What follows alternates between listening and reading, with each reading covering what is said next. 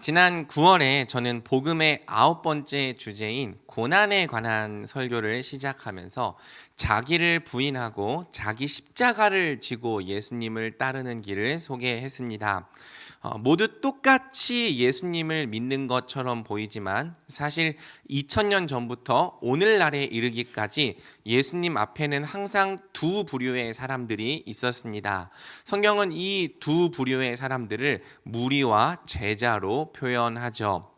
무리란 쉽게 말해서 자아 중심적인 신앙으로 예수님을 따르는 사람들입니다. 사실 엄밀히 말하면 이 사람들은 예수님을 따르는 사람들이 아니라 필요에 따라서 예수님을 이용하고 또 사용하는 사람들이죠. 무리의 가장 주요한 특징은 주인이 바뀌지 않았다는 점입니다. 여전히 자기 자신이 왕이고 자기 자아가 신이라는 점이죠. 이들은 입으로는 예수님을 주님이라고 부릅니다. 평소에는 종으로 행세하기도 합니다. 내가 원하는 것을 주시는 동안에는 그분을 열렬히 환영하고 찬양하고 추종하기도 합니다. 하지만 이들의 진짜 본색은 예수님이 내가 원하는 것과 다르게 행하실 때, 또 예수님께서 요구하시는 것이 내 자아의 요구와 충돌될 때 나타나죠. 예수님이 내가 기대했던 것과 조금이라도 다른 모습을 보이는 순간 이 사람들은요, 순식간에 주종 관계를 뒤집어 버리는 거예요. 본래 예수님이 앉아 계셔야 할 그 주인과 왕의 자리에 내가 앉아서 예수님을 꾸짖고 또 바꾸고 통제하려 하는 것입니다.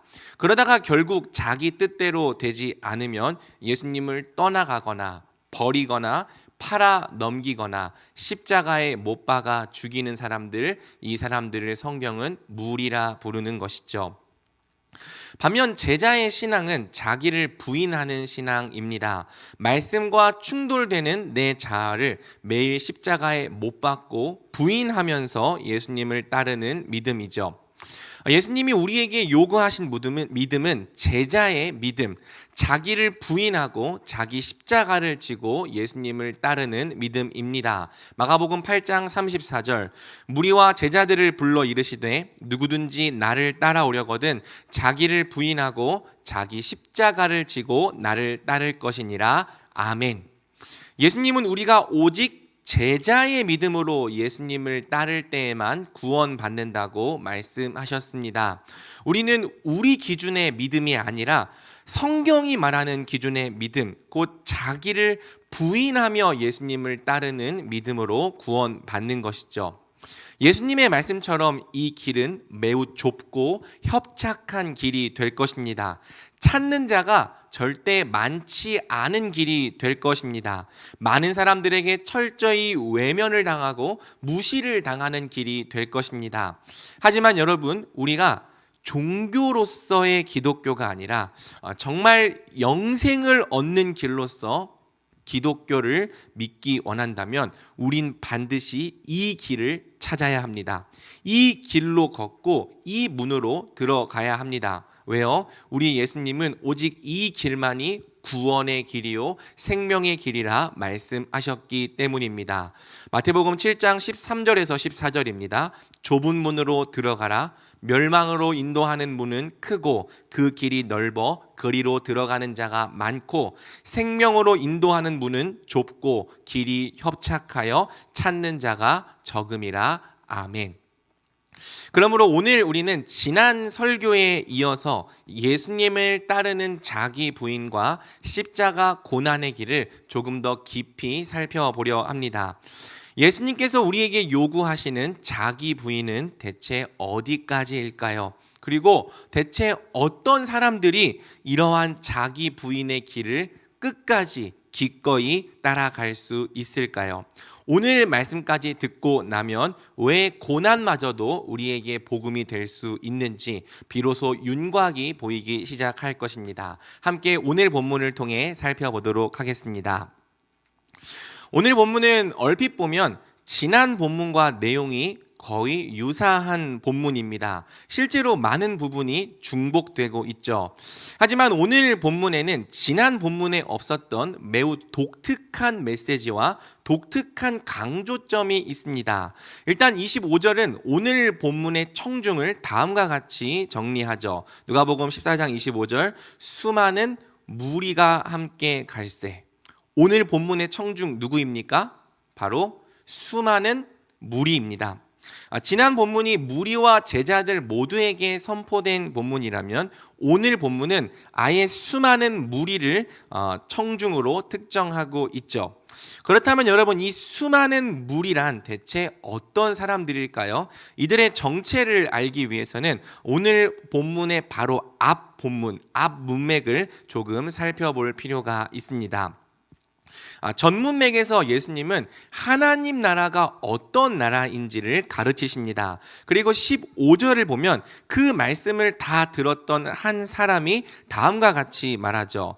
함께 먹는 사람 중에 하나가 이 말을 듣고 이르되 무릇 하나님의 나라에서 떡을 먹는 자는 복되도다 하니, 예수님께서 하나님 나라를 말씀하시자 하나님 나라에서 음식을 먹는 사람은 복이 있는 사람이겠네요. 누군가 이렇게 대답을 한 것입니다. 그런데 여러분, 이 대답을 들으신 예수님이 그래 맞아 그렇게 한마디 하시면 되는데 꼭 그냥 넘어가지 않으시고 한 가지 비유를 말씀하시기 시작하십니다. 우리 성경에는 큰 잔치 비유라고 제목이 붙여진 비유죠. 요약하면 이렇습니다. 어떤 사람이 큰 잔치를 베풀고 많은 사람을 초청했습니다. 그리고 모든 것이 다 준비되어 있기 때문에 그저 몸만 와서 누리고 즐기면 된다고, 그런 엄청난 이 은혜의 초청이었죠. 그런데 여러분, 초청을 받은 사람들이 다 한결같이 핑계를 대면서 그 초청을 거절합니다. 어떤 사람이 말해요. 제가 이제 막 밭을 샀는데 아무래도 그 밭을 보러 한번 나가봐야 할 것 같습니다. 그러니 부디 양해해 주십시오. 또 말합니다. 저는 좀 전에 황소 5쌍을 샀는데, 오늘날로 치면 람보르기니 한 대를 뽑은 거죠. 황소 5쌍을 샀는데 가서 잘 움직이는지 시험을 좀 해봐야 할 것 같습니다. 그러니 부디 양해해 주십시오. 세 번째 사람은요. 저는 결혼했습니다. 그래서 잔치에 갈 수가 없습니다. 이 세 번째 사람은 유부남으로서 좀 이해가 됩니다. 결혼하면 어디 마음대로 함부로 못 갑니다. 아무튼 초청을 받은 사람은 많지만 아무도 그 잔치에 참여하려 하지 않습니다. 다들 잔치보다 더 중요한 자기의 사정이 한두 개씩 있었기 때문이죠. 그래서 잔치를 베푼 주인은 그들 대신에 어떤 사람들이요? 가난한 자, 몸이 불편한 자, 시각장애인과 저는 자들을 불러다가 잔치에 참여를 시킵니다. 그리고 처음 초청을 받았던 사람들은 누구도 그 잔치에 들어올 수 없게 하는 거죠. 내가 너희에게 말하노니 전에 청하였던 그 사람들은 하나도 내 잔치를 맛보지 못하리라. 여러분, 아까 분명 어떤 사람의 말처럼 하나님 나라에 들어가는 사람, 하나님 나라에서 떡을 먹는 사람은 복된 사람이에요. 하지만 아이러니하게도 하나님 나라에 정말 들어가서 음식을 먹게 될 사람은 극히 소수에 불과한 거죠. 왜? 다 말로는 하나님 나라가 중요하다 말하지만 막상 그 나라로 오라고 초청하면 더 중요한 사정들이 있다고 핑계를 대며 오지 않기 때문입니다. 청함을 받은 사람은 많지만 막상 그 나라에 정말 들어가는 사람은 그리 많지 않을 거라는 것이죠. 다 입으로는 천국이 복되다 말하지만 정말 자기 사정을 뒤로 제쳐놓고 먼저 그 나라를 구하는 사람은 극히 소수에 불과할 거라는 거예요. 오늘 본문의 무리, 결국 어떤 사람들입니까? 하나님 나라보다 자기 사정이 더 중요한 사람들. 그래서 결정적인 순간에 예수님을 따르지 않는 사람들입니다. 바로 이런 문맥에서 오늘 본문이 시작되고 있는 거죠. 예수님께서 이 말씀을 하신 후에도 여전히 많은 무리가 예수님을 따랐습니다. 그래서 예수님은 그 무리를 향해서 다음과 같이 말씀하시는데요. 우리 26절과 27절을 함께 읽어보겠습니다. 시작. 무릇 내게 오는 자가 자기 목숨까지 미워하지 아니하면 능히 내 제자가 되지 못하고 누구든지 자기 십자가를 지고 나를 따르지 않는 자도 능히 내 제자가 되지 못하리라. 아멘. 예수님은 누구든지 자기 부모와 처자와 형제 자매와 더욱이 자기 목숨까지도 미워하지 아니하면 능히 내 제자가 될 수 없다고 말씀하십니다. 또한 누구든지 자기 십자가를 지고 예수님을 따르지 않는 자도 능히 그분의 제자가 될 수 없다고 말씀하시죠. 여러분, 여기서 우리가 오해하면 안 될 것이 하나 있습니다. 여기서 자기 부모와 처자와 형제 자매를 미워하라는 말씀은요, 정말 문자적으로 자기 가족을 미워하고 싫어하고 증오하라는 그런 의미가 아닙니다. 만약 이 말씀이 정말 그런 의미라면 부모를 공경하고 아내를 자기 몸처럼 사랑하고 가족들을 잘 돌보라는 성경의 다른 모든 말씀들이 버려져야겠죠. 이 미워하라는 말은요, 우선순위를 나타내는 말입니다. 싫어하고 경멸하고 증오하라는 의미가 아니라 예수님보다 덜 중요하게 여겨야 하고 예수님보다 덜 사랑해야 한다는 뜻입니다. 누구든지 예수님보다 자기 가족이 더 중요한 사람, 즉 자기 가족의 문제 때문에 예수님을 선택할 수 없는 사람은 능히 내 제자가 될 수 없다는 거죠. 예수님은 우리의 모든 인간관계에 있어서 예수님 자신을 절대적인 우선순위로 제시하신 것입니다. 예수님은 그분을 부인하고 외면하게 만드는 인간관계라면 그것이 설령 자기 부모와 처자와 형제 자매라 할지라도 부인해야 한다고 말씀하시는 거죠. 분명 성도는 부모를 공경하고 가족을 사랑해야 하지만 가족이 예수님을 부인하게 만드는 더 중요한 우선순위는 될 수 없다는 것입니다. 마찬가지로 예수님은 33절에서 다음과 같이 말씀하시는데요. 33절도 함께 읽어보겠습니다. 시작. 이와 같이 너희 중에 누구든지 자기의 모든 소유를 버리지 아니하면 능히 내 제자가 되지 못하리라. 아멘. 여러분, 이 말씀도 문자적으로 자기 소유를 다 버리라는 그런 말씀이 아니에요. 아까 앞의 말씀과 이 말씀을 역사 속에서 문자적으로 정말 적용했던 사람들이 있긴 있었습니다. 그래서 가족도 버리고 또 소유도 버리고 어디 광야로 혼자 갔던 사람들이 있었던 거죠. 근데 여러분, 이 말씀도요, 우리는요, 미워하라는 말처럼 우선순위를 나타내는 말로 이해해야 합니다.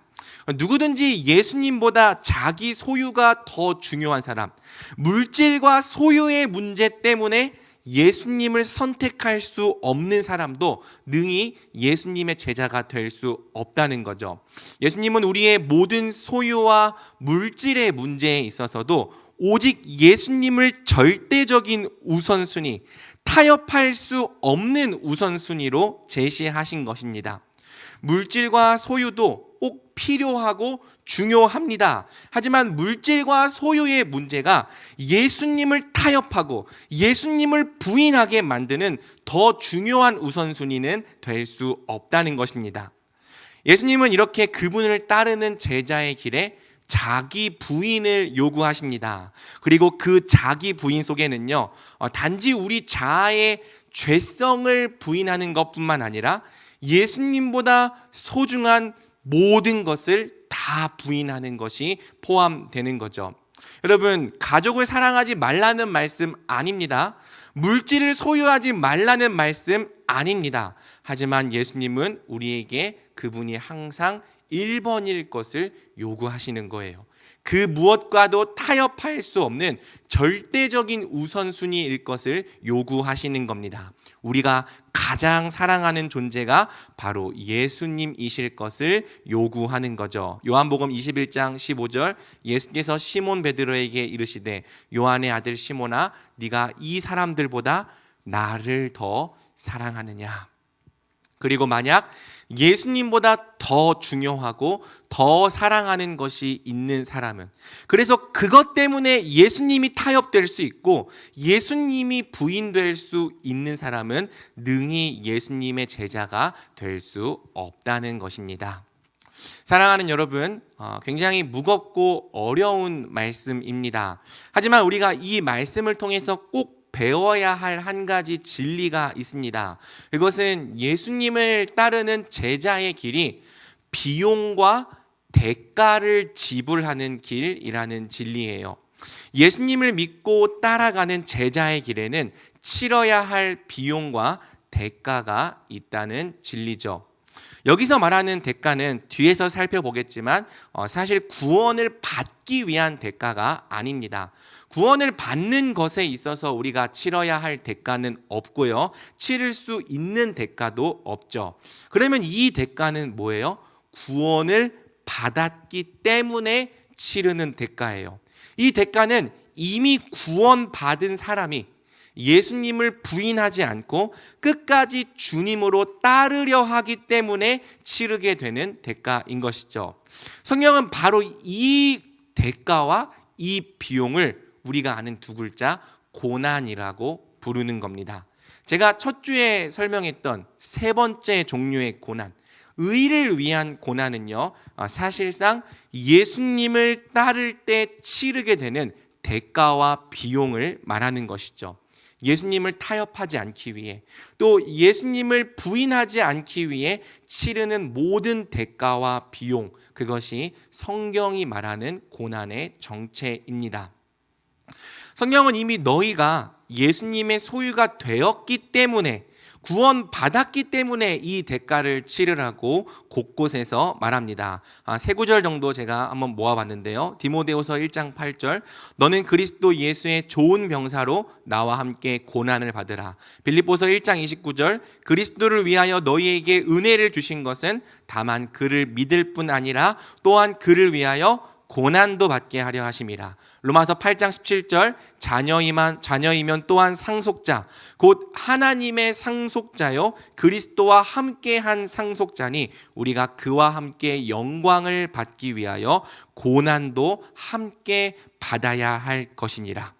성경은 이렇게 구원을 받기 위해서가 아니라 너희가 이미 은혜를 받았기 때문에, 그리스도 안에 있는 자들이 되었기 때문에 예수님과 함께 영광을 받기 위해 고난도 함께 받으라 말하는 거죠. 그리고 예수님과 함께 영광 받기 위하여 기꺼이 고난도 함께 받는 자를 성경은 제자라고 부르는 것입니다.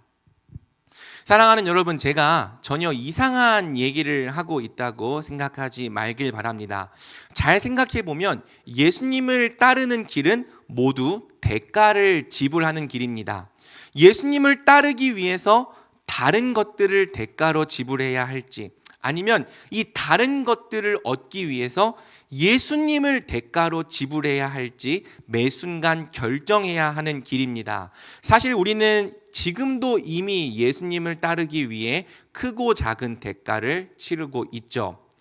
지난 목자 모임에서 한 목자가 주일을 성수하는 것도 자기 부인의 한 가지라고 말했습니다. 여러분, 맞습니다. 주일 성수도요, 자기 부인이에요. 대가 지불입니다. 그 시간에 여가를 즐기거나 친구를 만나거나 공부를 하거나 나를 위해 돈을 벌거나 할 수 있는 여러 일들을 대가로 지불해야만 지킬 수 있는 시간입니다. 나에게는 다른 어떤 일보다 주님을 예배하고 주님을 만나는 것이 중요합니다라는 확실한 믿음과 자기 부인이 있어야지만 지켜낼 수 있는 시간이죠. 마찬가지로 수련회에 가서 말씀을 듣는 것도요, 대가 지불이 될 수 있겠죠. 수련회에 오려면 실제로 시간을 내야 하고 비용을 지불해야 하기 때문입니다. 어떤 지체들은 지난번 수련회에 참여하기 위해서 자신의 소중한 연차와 여름 휴가를 대가로 지불했습니다. 휴가를 낼 수 없었던 지체들은요, 일이나 학업을 마치고 매일 저녁마다 운전을 해서 들어왔다가 운전을 해서 나가는 대가를 지불해야 했죠. 함께 모여서 하나님의 말씀을 정말 집중해서 듣는 것, 또 함께 기도하는 것을 정말 가치 있게 여기는 믿음이 없으면 결코 치를 수 없는 대가입니다. 여러분, 이 부분도 오해하지 말길 바랍니다. 수련회 안 간 지체들은 나쁘다, 정죄하려는 그런 말이 아니에요. 저는 다만 예수님을 따르기 위해서 선택하는 모든 일들이 항상 대가 지불을 동반한다는 원리를 지금 설명하고 있는 것입니다. 임원이나 팀장으로 공동체를 섬기는 것도 자기 부인과 대가 지불이죠. 그 자리는 감당해야 할 많은 일과 책임 때문에 누구도 선뜻 맡으려 하지 않기 때문입니다. 하지만 우리 중에는요, 기꺼이 그 대가를 지불해 가면서 그 자리를 감당하고 있는 지체들이 있습니다. 심지어는 대전이 아닌 타 지역에 있으면서 주일마다 대전으로 와서 공동체를 섬기는 지체들도 있습니다. 예수님이 피로 값주고 사신 이 교회와 우리 청년부 공동체를 사랑하는 마음 없이는 그러한 대가를 결코 감당할 수 없을 것입니다.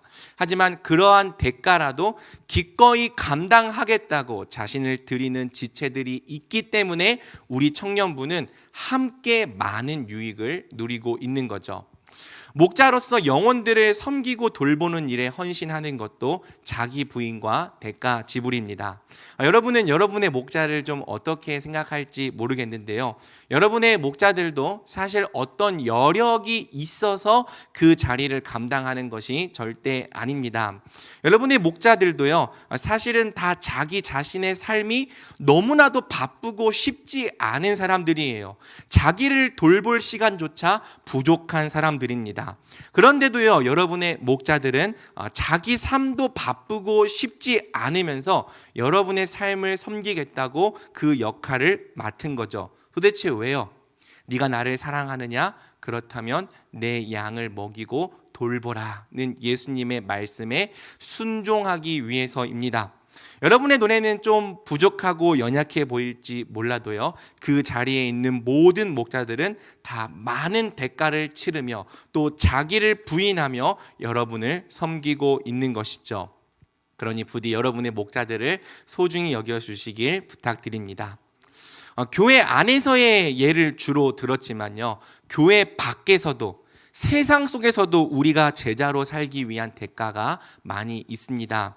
오늘날의 사회가 아무리 종교의 자유를 보장한다 할지라도 우리가 정말 그리스도인으로 살려면 치러야 되고 지불해야 할 대가가 적지 않은 거죠.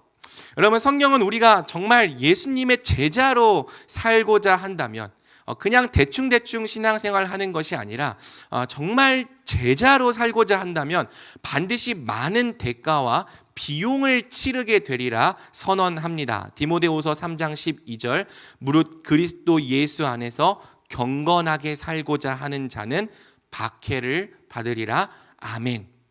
예수님을 따르기 위해 우리는 가장 사랑하는 사람들, 심지어는 가족들로부터도 미움을 당할 수 있습니다. 실제로 우리가 서로에게 말을 안 해서 그렇지 어떤 지체들은 이미 그런 대가를 치러 봤을 거고요. 또 현재 진행형으로 그런 대가를 치르고 있는 지체들도 있죠. 예수님을 따르기 위해서 우리는 정말 좋은 기회를 포기해야 할 때도 있을 겁니다. 때로는 많은 불이익과 손해를 감수해야 할 때도 있을 것입니다. 그렇다면 우리는 대체 예수님을 따르기 위해 어느 정도 선까지를 대가로 지불해야 하는 걸까요? 그 선이 바로 오늘 본문인 거죠. 무릇 내게 오는 자가 자기 부모와 처자와 형제와 자매와 더욱이 자기 목숨까지 미워하지 아니하면 능히 내 제자가 되지 못하고, 누구든지 자기 십자가를 지고 나를 따르지 않는 자도 능히 내 제자가 되지 못하리라. 이와 같이 너희 중에 누구든지 자기의 모든 소유를 버리지 아니하면 능히 내 제자가 되지 못하리라. 예수님이 요구하신 선은요, 사실상 선이 없어요. 모든 것입니다. 그 어떤 것도 예수님과는 타협될 수 없고 예수님이 대가로 지불될 수 없다는 것이죠. 그런 일이 없기를 바라지만 만약에 세상과 예수님 사이에서 선택해야 할 때가 온다면 가족을 포함한 모든 관계, 모든 소유, 심지어는 자기 목숨까지도 대가로 지불할 각오가 있어야 한다는 것입니다. 이 각오가 없다면 능히 예수님의 제자가 될 수 없다는 것이죠.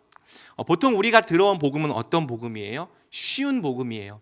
믿는다고 고백하기만 하면 구원받는다고 말하는, 믿는다고 고백하기만 하면 천국에 들어간다고 말하는 값싼 복음입니다. 그런데 여러분, 그런 값싼 복음에 익숙해져 있던 우리에게 성경은 내 전부와 내 목숨까지도 지불할 각오를 해야 한다는 굉장히 비싼 복음을 우리에게 가르쳐 주고 있는 거죠. 그리고 이 비싼 복음은 우리에게 너무나도 낯설고 충격적일 수밖에 없는 것입니다. 그러므로 여러분, 예수님은 근심하는 우리에게 다음과 같은 비유를 이제 말씀하기 시작하시는데요. 망대 건축 비유라고 불리는 비유이죠. 우리 28절에서 30절을 함께 읽어보겠습니다. 시작. 너희 중에 누가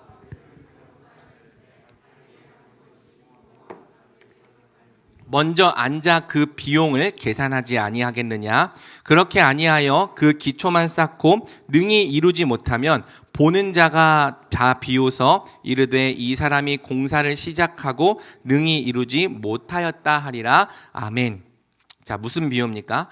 만약 어떤 사람이 망대를 하나 세우고자 한다면 바로 건축부터 시작하는 것이 아니라 어떻게 합니까? 먼저 앉아서 예산이 충분한지 비용부터 계산해 본다는 거예요.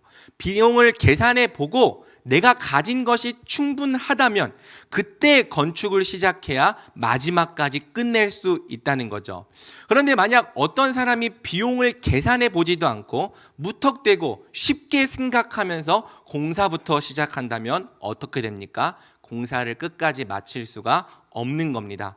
공사를 하던 도중에 내가 생각했던 예산으로는 이 공사를 마치기에 턱없이 부족했구나 깨닫게 되는 거죠. 그래서 그는 결국에 공사를 하던 도중에, 기초를 쌓던 도중에 포기하게 되는 거예요. 그리고 사람들은 그 모습을 보며 그가 공사를 시작하기만 하고 능히 이루지 못했다 비웃는다는 거죠. 자, 이어지는 전쟁 비유도 핵심은 같습니다. 만약 어떤 사람이 전쟁을 하려면 그냥 무조건 나가서 용기 있게 싸우는 그게 진짜 지혜가 아니라 내가 가진 병력으로 적을 이길 수 있을지 먼저 계산해 보고 헤아려 볼 거라는 거예요. 계산해 보고 헤아려 본 다음에 이길 수 있다고 판단되면 전쟁을 하는 거고요. 이길 수 없다고 판단이 되면 어떻게 해야 됩니까? 전쟁 대신 화친을 청할 거라는 거죠. 예수님이 이 두 비유를 통해 말씀하시는 바가 무엇입니까? 만약 너희가 정말 나를 따르기 원한다면 먼저 앉아서 나를 따를 때 치르게 될 비용과 대가를 제대로 계산해 봐야 한다는 것입니다. 제대로 계산해 본 다음에 나를 따라와야 한다는 것입니다. 건축하기 전에 먼저 비용을 계산해 보듯이, 전쟁하기 전에 먼저 전력을 헤아려 보듯이 예수님을 따를 때 치르게 될 대가가 무엇인지, 그 대가가 어디까지인지, 그런데도 나는 그 대가를 정말 치를 각오가 되어 있는지 스스로 확인해 봐야 한다는 거죠. 만약 우리가 예수님을 따를 때 치르게 될 대가를 분명히 알지 못한다면, 먼저 앉아서 그 비용을 계산해 보지 않는다면 생각보다 그 비용이 훨씬 크다는 사실을 알게 될 때 우리는 이 길에서 중도 하차하게 될 거라는 거예요. 제자의 길을 끝까지 완주하지 못하고 중간에 포기하게 될 거라는 거죠.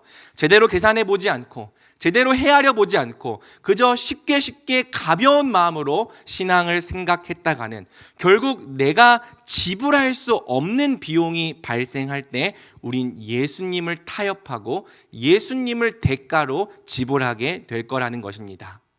여러분, 성경은 비용 계산이 되지 않아서 끝까지 완주하지 못할 자들, 중간에 탈선할 자들에 대해서 분명히 말해주고 있습니다.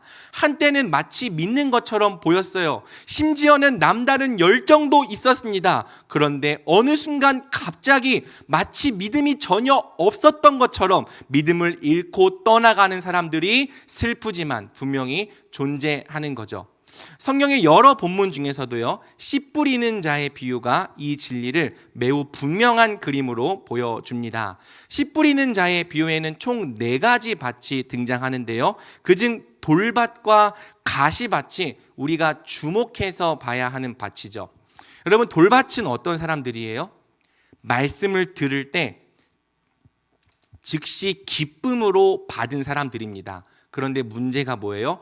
복음의 전체를 다 기쁨으로 수용한 사람들은 아닙니다. 이 사람들은요, 영광을 얻기 위하여 고난도 함께 받으라는 복음의 한 단면을 철저히 외면해 버렸습니다. 그리고 내가 듣기에 좋은 부분만 받아들인 거죠. 그래서 결국 어떤 일이 벌어집니까? 마가복음 4장 17절, 말씀으로 인하여 환난이나 박해가 일어나는 때에는 곧 넘어지는 자요. 좋아 보였던 그 말씀 때문에 나쁜 일이 찾아오면 즉시 그 말씀을 버리는 겁니다. 말씀 때문에 환난과 박해가 생기면 즉시 그 말씀을 포기하는 거죠. 이 사람들은요, 예수님을 따르는데 들어가는 비용을 제대로 확인해 본 적도 계산해 본 적도 없습니다. 그래서 말씀 때문에 고난을 대가로 지불해야 하는 순간이 찾아오면 망설임 없이 즉시 이 길에서 하차해 버리는 거죠. 비용 계산이 되지 않았기 때문에 시작은 하지만 마치지를 못하는 겁니다. 여러분, 가시밭도 마찬가지예요. 이 사람들도 말씀을 듣기는 하는 사람들입니다. 심지어는 진지하게 고려도 해보고 마음의 찔림도 받는 사람들입니다. 그런데 문제가 뭐예요? 이 사람들도 역시 비용 계산에는 실패했다는 거죠. 마가복음 4장 18절에서 19절, 이들은 말씀을 듣기는 하되 세상의 염려와 재물의 유혹과 기타 욕심이 들어와 말씀을 막아 결실하지 못하게 되는 자요. 이 사람들의 문제가 뭐예요? 예수님을 따를 때 받게 될 상급보다 이 세상 염려, 재물의 유혹, 기타 욕심이 훨씬 더 크게 보인다는 것입니다. 세상 염려가 예수님보다 더 크고요, 재물의 유혹이 예수님보다 더 매력적입니다. 기타 욕심을 채우는 것이 예수님보다 솔직히 더 중요한 사람들입니다. 그래서 세상과 예수님을 아무리 저울 위에 올려놓아도 계속 세상 쪽으로만 저울이 기우는 사람들이죠. 그래서 여러분, 이 사람들도 결국 결정적인 순간에 대가를 지불하지 못합니다. 세상을 얻고 세상을 가지기 위해 예수님을 타협해 버립니다. 비용 계산이 되지 않았기 때문에 똑같이 시작은 하지만 마치지를 못하는 거예요. 예수님은 분명히 말씀하십니다. 만약 너희가 나를 따르기 위한 비용을 제대로 계산해 보지 않는다면 시작만 하고 마치지 못하는 자가 될 것이다.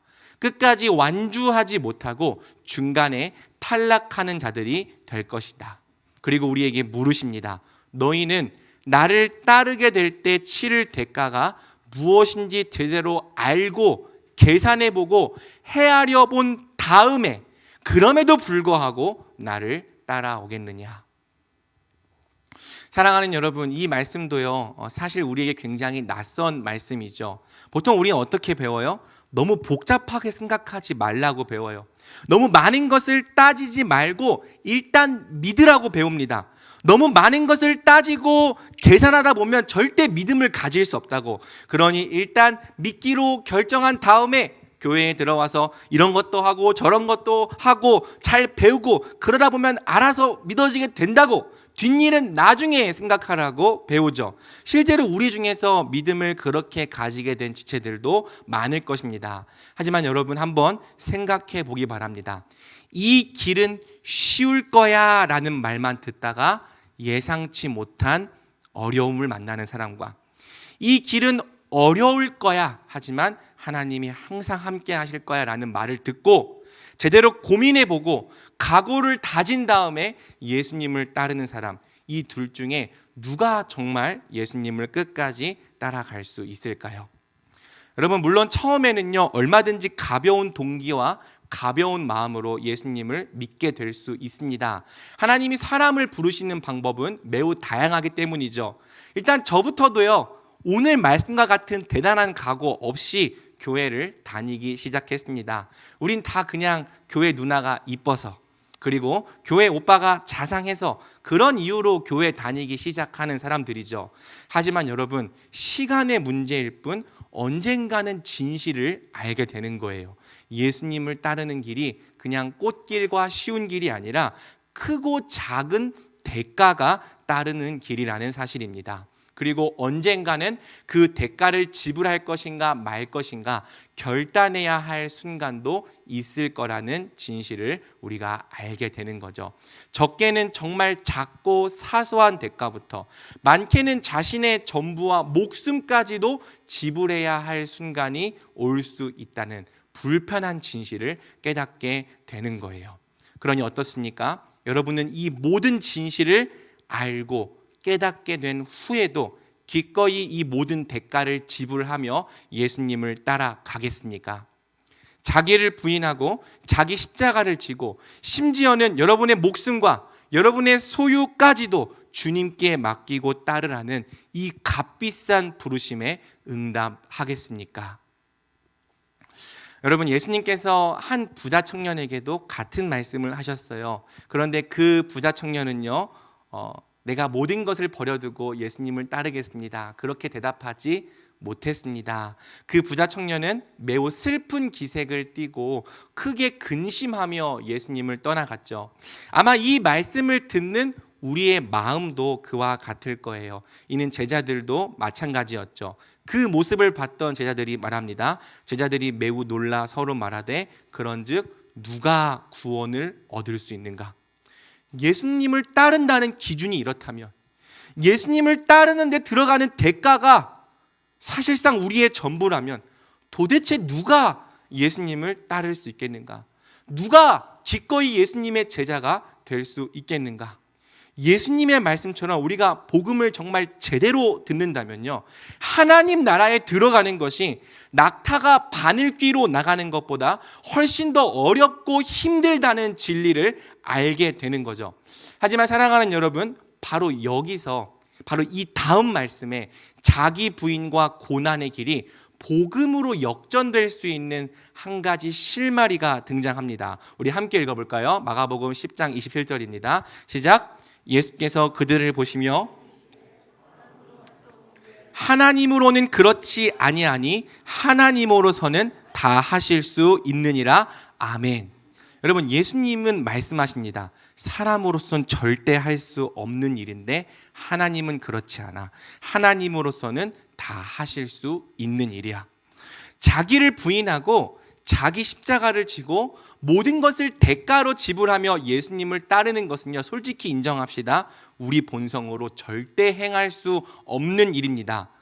그래서 여러분, 역설적이게도 누군가에게 또는 우리에게 자기 부인과 대가 지불의 삶이 나타난다면 바로 그 모습이 하나님이 우리 안에서 역사하셨다는 증거가 된다는 거죠. 즉, 이 자기 부인과 대가 지불이 정말 참된 믿음과 참된 구원이 우리 안에 있다는 보증이 된다는 것입니다. 그래서 성경은 죄인에게 절대 불가능한 자기 부인과 대가 지불의 삶이 우리 인생 가운데 나타나고 있다면, 정말 조금이지만, 정말 연약하지만 그 자기 부인과 대가 지불의 싸움이 나타나고 있다면 기뻐하라는 거예요. 왜? 이는 천국이 너희 것임이라. 바로 그 자기 부인과 대가 지불의 싸움이 우리가 받은 구원이 진짜임을 보증해 주기 때문입니다. 사랑하는 여러분, 도대체 어떤 사람이 자기의 모든 소유와 목숨까지도 대가로 지불해가며 예수님을 따를 수 있는 걸까요? 우리 생각으론 절대 불가능해 보입니다. 하지만 딱 한 가지 유일한 경우, 가능한 경우가 있습니다. 바로 예수님을 따를 때 얻게 될 상급이 내가 가진 모든 것보다 더 귀한 것으로 발견된다면 가능한 거죠. 예수님을 따를 때 받을 상급이 치러야 할 대가보다 훨씬 더 크고 위대하게 보인다면 우리는 비로소 우리의 전부를 대가로 지불할 수 있게 되는 겁니다. 바로 이 비밀을 예수님께서 다음과 같은 비유로 말씀하셨는데요. 우리가 다 아는 비유죠. 우리 함께 읽어보겠습니다. 마태복음 13장 44절입니다. 시작. 천국은 마치 밭에 감추인 보화와 같으니 사람이 이를 발견한 후 숨겨두고 기뻐하며 돌아가서 자기의 소유를 다 팔아 그 밭을 사느니라. 누가 자기를 다 팔 수 있다고요? 천국을 발견한 사람. 예수님은 천국이 마치 밭에 감추인 보화와 같다고 말씀하십니다. 그래서 이 보화를 정말 발견한 사람은요, 기뻐하면서 돌아가 자기의 소유를 기꺼이 다 팔아서라도 그 밭을 산다는 거죠. 왜요? 그 밭에 감추인 보화가 내가 가진 모든 소유를 다 합친 것보다도 비교도 할 수 없을 만큼 큰 가치가 있기 때문입니다. 그래서 그 보화를 정말 발견한 사람은요, 막 어려워하고 힘들어하고 근심하면서 억지로 자기 소유를 파는 것이 아니라 기뻐하고 즐거워하고 뛰면서 기꺼이 자기 소유를 다 팔아 그 밭을 산다는 거예요. 예수님을 믿을 때 받을 영생, 부활, 하나님 나라, 그리고 삼위 하나님과 누리는 영원한 사랑의 교제, 바로 이 영원한 것들이 지금 내가 가진 이 땅에 썩어질 것들보다 훨씬 더 크고 가치 있는 것으로 발견된 사람은요, 기꺼이 자기를 대가로 내놓을 수 있다는 거죠. 사랑하는 여러분, 제 아들 하임이랑 하랑이는요, 아직 돈의 가치를 잘 모릅니다. 그래서 10만 원이랑 사탕 한 개를 놓고 선택하라고 하면 아무 망설임 없이 뭘 선택합니까? 사탕 한 개를 선택합니다. 반대로 사탕 한 개를 열심히 이렇게 빨아먹고 있는 아들에게, 야, 이 10만 원 아빠가 줄 테니까 바꿀까? 말하면 어떤 일이 벌어지죠? 절대 바꿀 수 없다며 울고불고 난리가 납니다. 가끔 어른들이 우리 하임이 하랑이 이쁘다면서 5만 원씩 주실 때가 있는데요, 그걸 그냥 뺐으면 어떻게 됩니까? 난리가 납니다. 그럼 어떻게 하면 됩니까? 사탕을 하나씩 주면서 바꾸면 10만 원이 온전히 아빠의 돈이 될 수 있습니다. 여러분, 돈의 가치를 모르는 제 아들의 눈에는요, 10만 원도 100만 원도 1000만 원도 그저 아무런 의미가 없는 종이 조각일 뿐이에요. 하지만 여러분, 만약 제 아들들이, 그런 날이 안 오길 바라지만 제 아들들이 조금만 더 커서 돈의 가치를 알게 되면 어떤 일이 벌어질까요? 하임아, 그 사탕과 20만 원 딱 말도 끝나기 전에 딱 뺏어간 다음에 아빠 준다고 했어요, 바꾸기 없기에요, 가져가 버리지 않을까요? 돈의 가치를 모를 때는 절대 내줄 수 없었던 사탕 한 개를요, 돈의 가치를 알게 되면 얼마든지 내줄 수 있게 되는 거죠.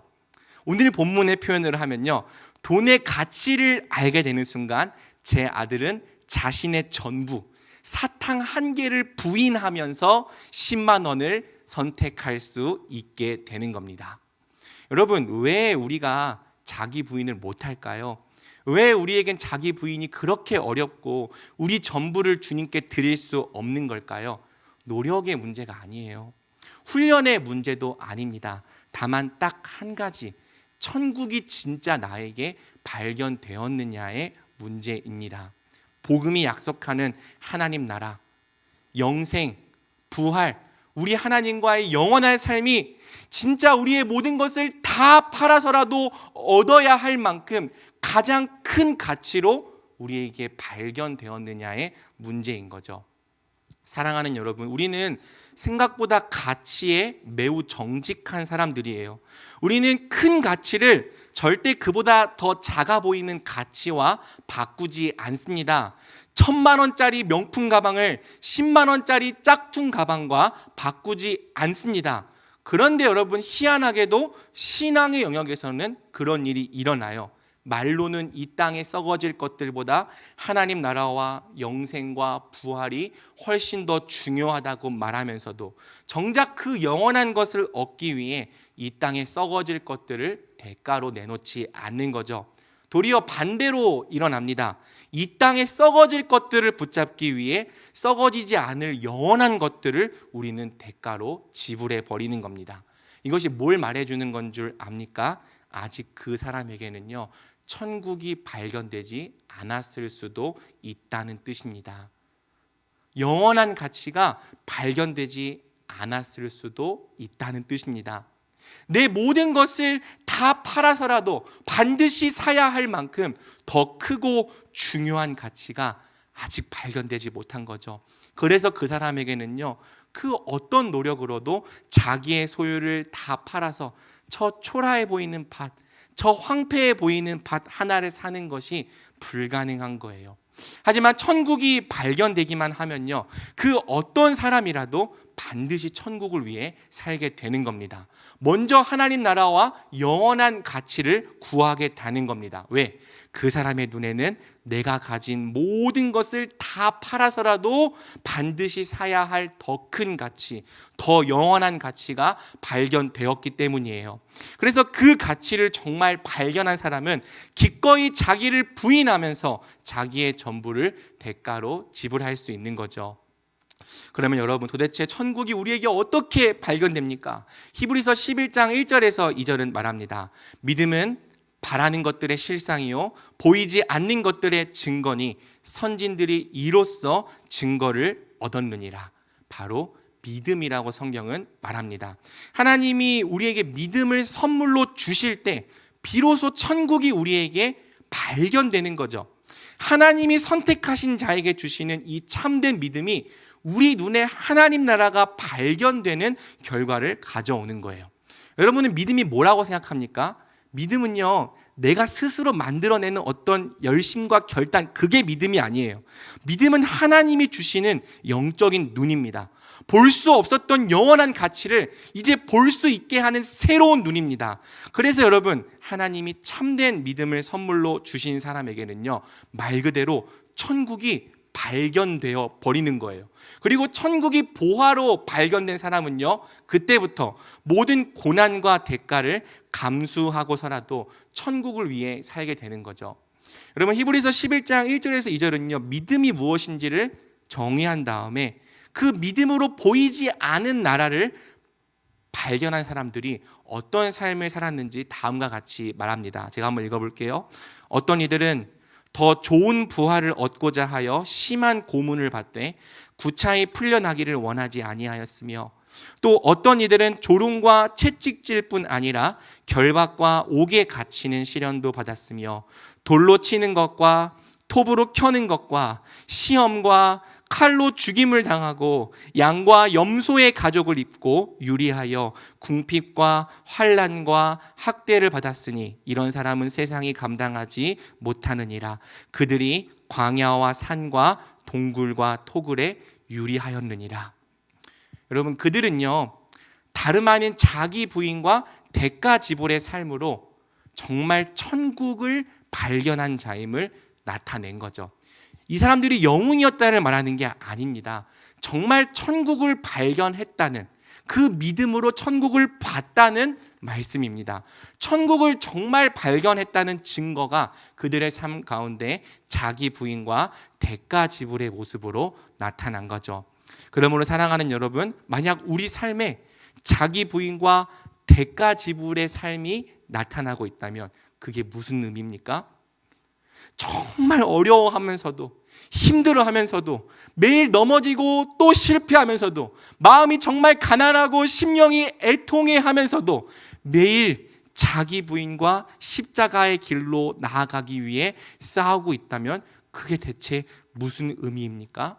바로 여러분이 성경이 말하는 이 진짜 믿음을 받았다는 뜻이에요. 바로 여러분이 영원한 하나님 나라를 정말 발견했다는 뜻입니다. 여러분이 가진 그 구원이 성경이 말하는 그 구원이란 뜻이에요.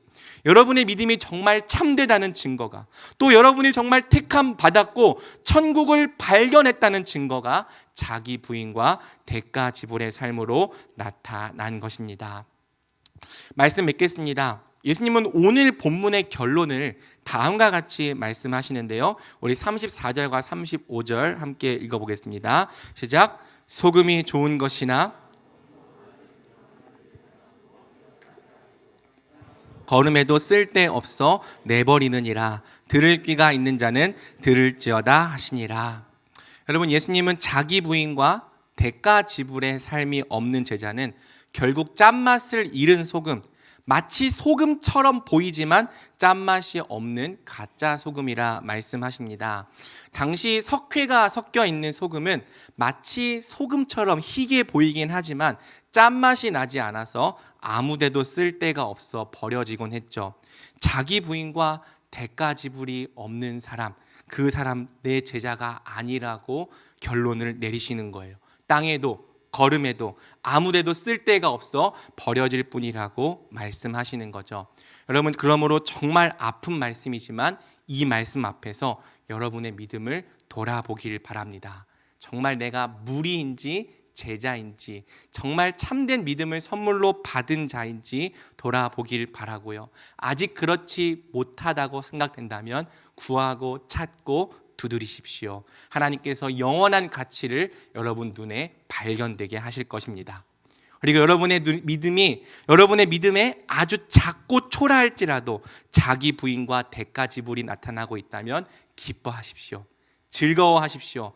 짐 엘리엇 선교사의 말처럼 영원한 것을 얻고자 영원할 수 없는 것을 버리는 사람은 결코 바보가 아닙니다. 도리어 영원한 것을 얻기 위해 영원하지 않는 것을 대가로 지불하는 사람은 그가 정말 영원한 것을 발견했다는 증거인 거죠. 그러므로 오늘 예수님을 따르기 위해 자기를 부인하고 있다면, 대가를 지불하고 있다면 기뻐하십시오. 천국이 바로 여러분의 것입니다. 우리 청년부 모든 지체가 영원한 것을 얻기 위해 영원하지 않은 것을 기꺼이 대가로 치르며 제자로서 주님을 따르는 자들 되길 우리 주님의 이름으로 축복합니다. 아멘.